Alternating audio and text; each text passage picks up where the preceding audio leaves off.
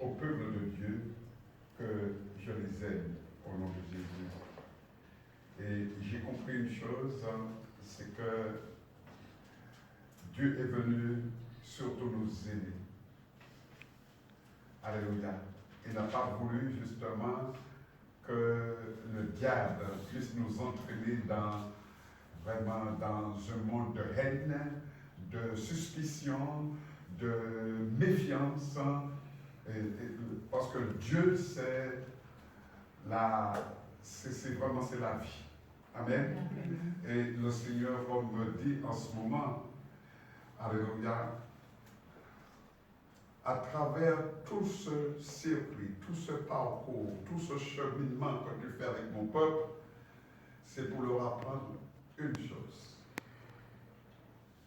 Une chose. Alors je vais vous dire ce que je viens de recevoir là, et pour pouvoir me cadrer, parce que chacun a sa feuille de route. Le Seigneur veut maintenant que je puisse comprendre que tout le travail qui se fait, tout le travail travaillé autrement, alléluia, c'est déjà une chose principale, c'est l'amour, donner l'amour, donner l'amour, donner l'amour. Alléluia.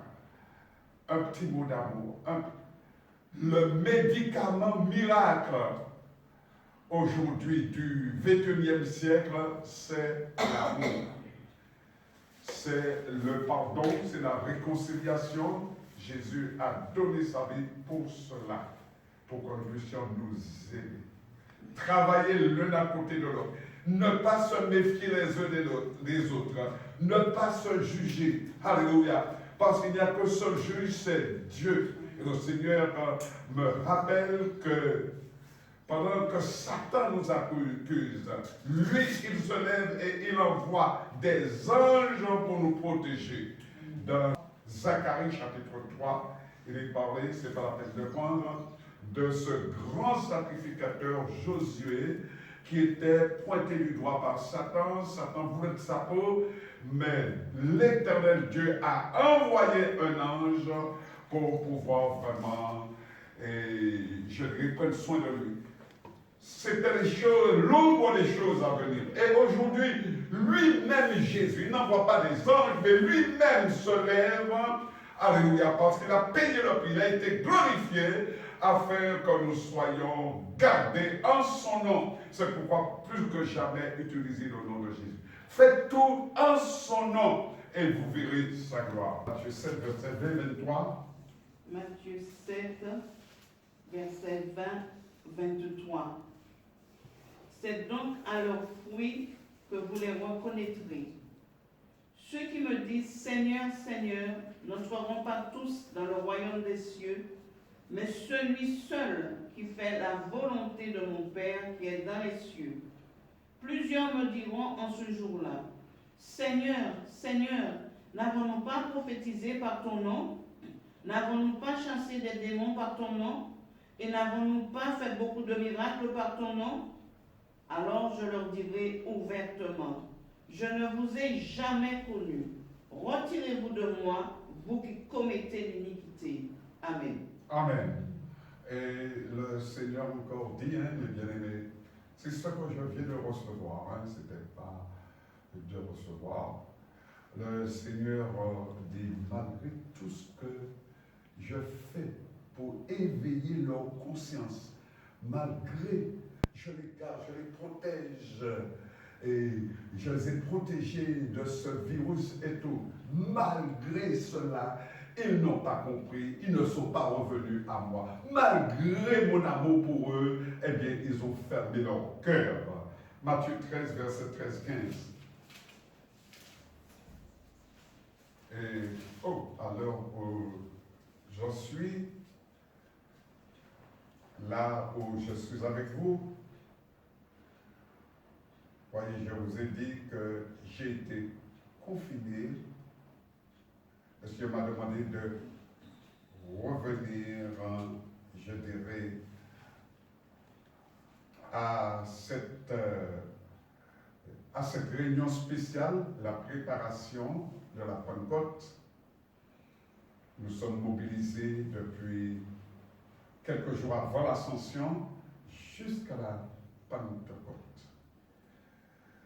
Et pendant que nous sommes confinés, nous sommes mis à part, nous sommes hors du monde, eh bien, le Seigneur, nous prions, nous lisons la parole de Dieu, nous méditons, nous travaillons avec le Seigneur, et là, nous sommes tout proches de cette dispensation que Dieu va vraiment faire ressurgir, la résurgence.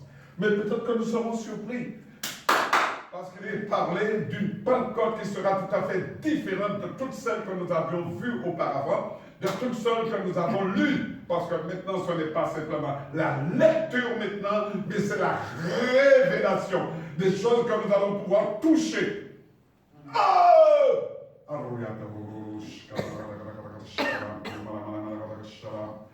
Et voilà ce que le Seigneur nous donne comme consigne pour son peuple. Ézéchiel 44, verset 23-24. Voilà. Chers bien-aimés, l'homme des choses à venir. Et aujourd'hui, le Seigneur nous envoie le Saint-Esprit. C'est pourquoi il a demandé aux 120 allez dans la chambre haute et attendez ce que le Père va vous donner pour que vous ayez la victoire. Parce que l'église qui sera enlevée, c'est une église, mes bien-aimés, qui aura fait la volonté de Dieu. Une église qui aura cultivé, développé les valeurs spirituelles qui ont été perdues jusqu'à ce jour, notamment la pureté, mes bien-aimés, la fidélité, la persévérance, l'intégrité, la crainte de Dieu et tout. Donc, il y a tout un travail à faire. Et voilà ce que le Seigneur me dit maintenant. Alors, c'est pourquoi, alléluia, nous ne sommes pas seuls. Les disciples n'étaient pas seuls dans la chambre haute. Parce que le Seigneur, il travaillait avec eux, mais à un autre niveau, une autre manière. Alléluia. Vous travaillerez maintenant différemment. Ce qui est chair est chair, et ce qui est esprit est esprit. Amen. La chair ne sert à rien, mais c'est l'esprit qui vivifie. Alléluia. Et maintenant, le Seigneur, il travaille avec nous selon l'esprit. C'est l'esprit de Dieu, c'est Dieu lui-même qui parle. Emmanuel, Dieu avec nous. Et voilà, il a pris les opérations en main, vous avez bien vu, hein, il a pris les opérations en main pour conduire ses disciples à la victoire, parce qu'il veut que nous soyons nombreux, alléluia, lors de, je dirais, lors de l'appel, lorsque la trompette sonnera, tous ceux qui sont en Christ, les morts en Christ, ressusciteront premièrement, et nous les vivants, nous monterons à la rencontre du Seigneur. Et cette opération assez spéciale est en train de se produire parce que nous ne sommes plus soumis à la puissance du monde. La puissance du monde, c'est, je dirais simplement, cette pression qui sort d'en haut et qui nous plaque et qui nous maintient sur cette terre. Tandis que maintenant, avec le travail que nous faisons, le travail spirituel que Dieu fait avec nous, petit à petit, nous sommes libérés. Les chaînes sont en train de tomber. Alléluia. Les démons ne peuvent plus nous contrôler notre vie. La malédiction est rompue. Alléluia. Et c'est maintenant un peuple qui se prépare, la préparation qui se prépare à rencontrer le Sauveur. Le Seigneur Jésus, il est pressé de nous voir. Alléluia. C'est pourquoi lorsque nous prions, chers bien-aimés, lorsque nous prions, alléluia, c'est une union qui se fait avec le ciel. Les anges sont là pour présenter le parfum, mais dans cette composition de parfum, il y a la prière des saints. Cette prière, ce parfum odoriférant. Alléluia, parce que nous sommes le sacrifice et nous sommes sacrificateurs en même temps. Le sacrifice, mes bien-aimés, C'est notre corps offert à Dieu comme un temple saint, agréable à Dieu. C'est la mort à soi-même. C'est vraiment, je dirais, cette union avec Christ, parce que nous voulons marcher comme lui, il a marché. Nous voulons parler comme lui, il a parlé. Christ est notre modèle. Alors, je ne vais pas revenir là-dessus, tout cela, mais Christ, alléluia, avec cette Pentecôte, c'est une prise de, je dirais, une prise de conscience. C'est une révélation. Donc, mes bien-aimés, il faut accompagner. Il faut vivre la parole. Ne pas simplement écouter la parole, lire la parole, mais il faut que la parole devienne notre source de vie. Que ce soit vraiment, alléluia, ce médicament, cette force, cette puissance que Dieu nous a donnée pour que nous puissions nous développer. Nous ne pouvons pas rester simplement comme cela. Oh! Et c'est pourquoi je vous dis, chers bien-aimés, il a imposé le confinement. Il va rappeler, je dirais, les conditions d'arrivée du Saint-Esprit. Ça, c'est important. Et il indique ce qui se fera dans peu de temps. Et c'est aujourd'hui, c'est ce que je vais traiter. Il a dit, dans peu de temps, vous serez baptisés de l'Esprit. Il l'avait déjà prédit. Alléluia, les choses ne font que s'accomplir. Et là, maintenant, nous pouvons aller plus loin, parce qu'il a dit que la gloire de la dernière maison sera plus grande que celle de la première. Alléluia. Et maintenant, nous pouvons encore aller plus loin, parce que si vous marchez selon l'esprit, vous n'accomplirez pas les choses de la chair. Et c'est un peuple nouveau maintenant qui est en train de se lever. C'est une église nouvelle qui est en train de sortir de la terre, pour une église qui a pris conscience de la nécessité, je dirais, de se consacrer, parce que Dieu est saint et nous devons être saints aussi. Et surtout, l'Esprit vous enseignera toutes choses. Le Saint-Esprit vous enseignera toutes choses. Vous ne marcherez plus selon votre propre volonté. Vous marcherez selon ma volonté. Considérez que vous êtes mort à vous-même. Alléluia. Tout ce que vous faites, vous devez dépendre de moi. C'est pas moi qui parle, c'est le Saint-Esprit. Lorsque je dis, je parle au nom du Saint-Esprit.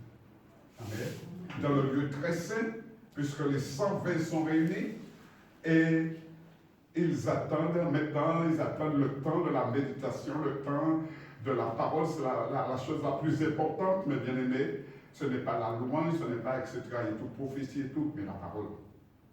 C'est la parole qui est la plus importante. Alléluia, ils attendent la parole. Et la parole aujourd'hui, c'est la promesse du Saint-Esprit. Jésus, cher bien-aimé, a interdit de quitter Jérusalem à ses disciples. Il a interdit à ses disciples de quitter Jérusalem avant qu'il ne soit revêtu de la puissance d'en haut. Amen. Il ne fallait pas qu'il fasse quoi que ce soit avant de recevoir cette puissance, ce revêtement de l'esprit. Il savait, Jésus, que sans cette puissance, ses disciples seraient inaptes, incompétents et échoueraient à la mission qu'il leur avait confiée. Sans cet esprit, alléluia, mes bien-aimés, nous ne sommes pas, nous ne pouvons rien faire pour Dieu. Nous ferons quelque chose pour le monde, mais pas pour Dieu. Alléluia.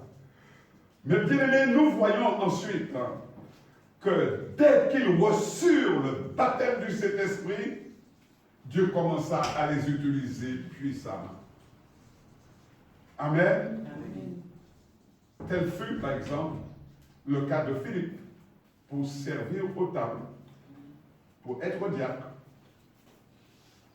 Remarquez, chers bien-aimés, que pour être diacre, servir aux tables, il fallait des conditions spéciales que nous découvrons dans Actes 6, verset 3, c'est pas la peine de lire. Notez simplement, alléluia, avoir un bon témoignage, rempli du Saint-Esprit et de sagesse. C'est ce que Dieu a exigé, que les apôtres ont exigé de la part de Philippe, tous ceux qui allaient servir au tables. Et ensuite, chers bien-aimés, ce qui est merveilleux, toujours dans le livre des Actes, Actes chapitre 6, verset, Actes chapitre 8, verset 5, Philippe, le gars, c'est même pas un pasteur, c'est pas un apôtre, quelqu'un qui sert aux tables, à la table, aux tables. Eh bien, Philippe se rend dans la ville de Samarie, une ville qui était liée pendant plus de 300 ans. 300 ans, mes bien-aimés. Écoutez bien. Oh, il va se rendre dans cette ville de Samarie et il va prêcher Christ ressuscité. Parce que le Saint-Esprit, mes bien-aimés, c'est Christ ressuscité. S'il était mort, alléluia, il serait pourri, etc. et tout, et il n'y a pas eu d'esprit de résurrection. Mais la résurrection, mes bien-aimés, c'est l'Esprit de Dieu. Amen. Il n'est pas resté dans la tombe. Alléluia. Des foules entières, mes bien-aimés, sont à l'écoute de la parole de Dieu annoncée par Philippe. Oh, des foules entières, mes bien-aimés. C'est ce que moi je vous dis, pasteur. Alléluia. Faites savoir autour de vous que lorsqu'on parle de Dieu, il faut avoir une stature. Alléluia. On ne parle pas de Dieu de n'importe quelle manière. Des frontières écoutées. Et pendant que les frontières écoutaient, mes bien-aimés, les esprits méchants sortaient. Alléluia. Les maladies, alléluia, ne pouvaient plus résister, ne pouvaient plus tenir. Parce que bien souvent, les maladies sont des esprits envoyés par... ce sont des situations envoyées par des esprits méchants, des esprits mauvais. Mais à partir du moment où la parole est annoncée, la parole commence à faire un travail dans les cœurs, il y a un changement, une transformation. Alléluia. Les esprits ne peuvent pas rester dans le temple de Dieu. Parce que le Seigneur a dit, alléluia, je ne suis pas venu créer un temple, je dirais, de béton, etc. et tout cela. Mais je suis venu vous chercher. Vous demandez d'être le temple de l'Esprit. C'est vous, chacun de vous. C'est là que je vais résider maintenant. C'est ce que je veux. Amen. Amen. Alléluia. Eh bien, mes bien-aimés, les esprits impurs sortent des démoniaques, des paralytiques se lèvent, des boiteux sont guéris, et toute une ville, surtout, il dit, retrouve sa joie. Le diable, mes bien-aimés, il veut tout faire pour que nous, chrétiens, eh bien, nous soyons malheureux, que nous soyons méfiants, que nous soyons, etc. et tout ça. Surtout après le Covid-19, vous allez voir ça un petit peu. Il faudra du temps pour que les vrais chrétiens se lèvent dans la confiance, se tiennent dans les bras, etc. et tout. Mais cela se fera. Le Seigneur va nous rappeler pendant les 10 jours que nous sommes là avec lui, dans la chambre haute à Jérusalem. Il va nous faire connaître, alléluia, le but de la dispensation du Saint-Esprit. Pourquoi il a envoyé le Saint-Esprit? Il dit dans Acte 9, 31. Acte 9, 31. L'Église était en paix dans toute la Judée, la Galilée et la Samarie, s'édifiant et marchant dans la crainte du Seigneur, et elle s'accroissait par l'assistance du Saint-Esprit. Amen. Amen. Et je vous dis que ce verset, mes bien-aimés, alléluia, résume vraiment ce que Ézéchiel avait donné comme consigne, Ézéchiel 44, verset 23-24, mais vous connaissez, vous apprendrez à mon peuple à devenir saint, etc. Dans l'acceptation du baptême du Saint-Esprit, Mais bien aimé, toutes les consignes sont réalisées là. Amen. Parce que de nous-mêmes, nous ne pouvons pas y arriver. Mais le Saint-Esprit, il va nous aider à y arriver. Et pour terminer, le but de la venue du Saint-Esprit est surtout d'enseigner et de consoler. Jean 14, verset 26.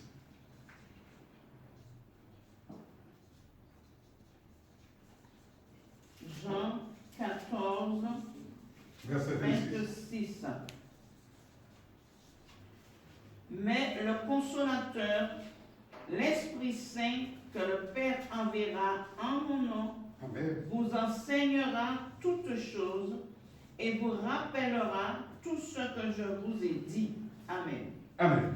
Donc, mes bien-aimés, c'est pourquoi il est important d'être baptisé dans l'Esprit si on veut réussir une vie chrétienne. Son but, c'est d'enseigner et surtout de consoler. Parce que le Seigneur a dit, vous ne serez pas aimés sur cette terre-là. Parce que vous venez de moi. Vous êtes dans le monde, mais vous n'êtes pas du monde. Ils chercheront à vous détruire. Ils vous feront beaucoup de méchanceté. Mais tenez bon. J'ai vécu le monde. Et vous vaincrez aussi. Et le Saint-Esprit est là pour nous consoler, pour nous dire, soyez patients. Je reviendrai vous chercher. Je suis parti, c'est justement pour vous préparer une place. Mais d'abord, la moisson est grande. Il faut que vous puissiez travailler. Il faut que vous puissiez travailler. Il faut que lors, je dirais, quand je vous verrai, que vous puissiez me rendre compte du travail que vous avez fait. C'est pourquoi, chrétiens, alléluia, levez-vous, alléluia, et puis mettez-vous au combat, allez chercher les âmes, délivrez les âmes, guérissez les malades. Chers bien-aimés, sans le Saint-Esprit, il n'y a pas de vie. Alléluia. Sans le Saint-Esprit, ce sont des ossements simplement. D'ailleurs, on va terminer par là, dans Ézéchiel chapitre 37, un mouvement du Saint-Esprit pour donner la vie à tous ceux qui sont déjà morts. Alléluia. Ézéchiel 37, 1, 14. La main de l'Éternel fut sur moi, et l'Éternel me transporta en esprit et me déposa dans le milieu d'une vallée remplie d'ossements. Il me fit passer auprès d'eux, tout autour. Et voici, ils étaient fort nombreux à la surface de la vallée, et ils étaient complètement secs. Amen. Il me dit, Fils de l'homme, ces eaux pourront-ils revivre? Je répondis, Seigneur éternel, tu le sais. Il me dit, prophétise sur ces eaux et dis-leur, ossements desséchés, écoutez la parole de l'Éternel. Ainsi parle le Seigneur l'Éternel à ces eaux. Voici, je vais faire entrer en vous un esprit et vous vivrez. Amen. Je vous donnerai des nerfs, je ferai croître sur vous de la chair, je vous couvrirai de peau, je mettrai en vous un esprit et vous vivrez. Et vous saurez que je suis l'Éternel. Je prophétisais selon l'ordre que j'avais reçu. Et comme je prophétisais, il y eut un bruit. Et voici, il se fit un mouvement. Et les eaux s'approchèrent les uns des autres. Je regardai, et voici, il leur vint des nerfs, la chair crue, et la peau les couvrit par-dessus. Mais il n'y avait point en eux d'esprit. Il me dit, prophétise et parle à l'esprit. Amen. Prophétise, fils de l'homme, l'esprit. et dis à l'esprit, ainsi parle le Seigneur l'Éternel. Esprit, viens des 4 vents, souffle sur ces morts et qu'ils revivent. Je prophétisais selon l'ordre qu'il m'avait donné. Et l'esprit entra en eux, et ils reprirent vie, et ils se tinrent sur leurs pieds. C'était une armée nombreuse, très nombreuse. Amen. Voilà, mes bien-aimés, l'ombre des choses à venir et aujourd'hui le Saint-Esprit qui va nous être donné pour que nous puissions vraiment entrer entrer dans le royaume de Dieu, avoir la vie éternelle. Que Dieu vous garde et que Dieu vous bénisse.